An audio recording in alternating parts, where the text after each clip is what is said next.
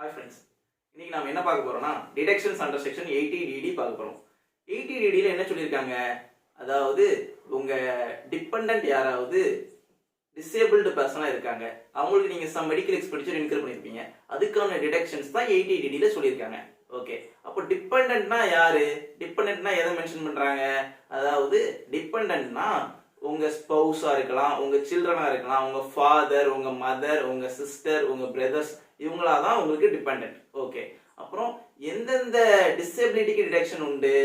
Mental retardation, mental illness, அதாவது மனநலம் குன்றியவர்களுக்கு, அப்புறம் ஹியரிங் இம்பேர்மெண்ட், காது கேட்பதில் குறைபாடு உள்ளவர்களுக்கு, லோ விஷன், பிளைண்ட்னஸ், பார்வையில் குறைபாடு உள்ளவர்களுக்கு, லெப்ரோசி, லெப்ரோசினா தொழுநோய் உள்ளவர்களுக்கு, ஆட்டிசம் உள்ளவங்களுக்கு, அப்புறம் லோகோமோட்டர் டிசபிலிட்டி, அப்புறம் செரிப்ரல் பால்சி, இந்த டிசபிலிட்டி உள்ளவங்களுக்கு நீங்க மெடிக்கல் எக்ஸ்பெண்டிச்சர் இன்கர் பண்ணிருக்கீங்க, அவங்க உங்க டிபெண்டன்ட்டாவும் இருக்காங்க, அப்படின்னா தான் உங்களுக்கு டிடக்ஷன் உண்டு.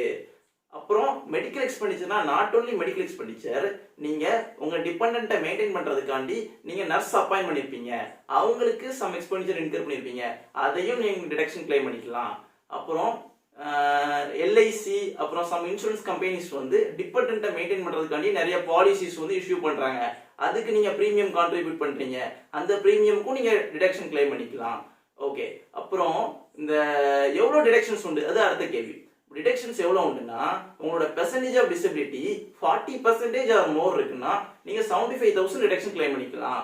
உங்க percentage of disability 80% or more இருக்குன்னா நீங்க 1,25,000 டிடக்ஷன் கிளைம் பண்ணிக்கலாம். அது என்ன சார் பெர்சன்டேஜ் ஆஃப் டிசபிலிட்டி?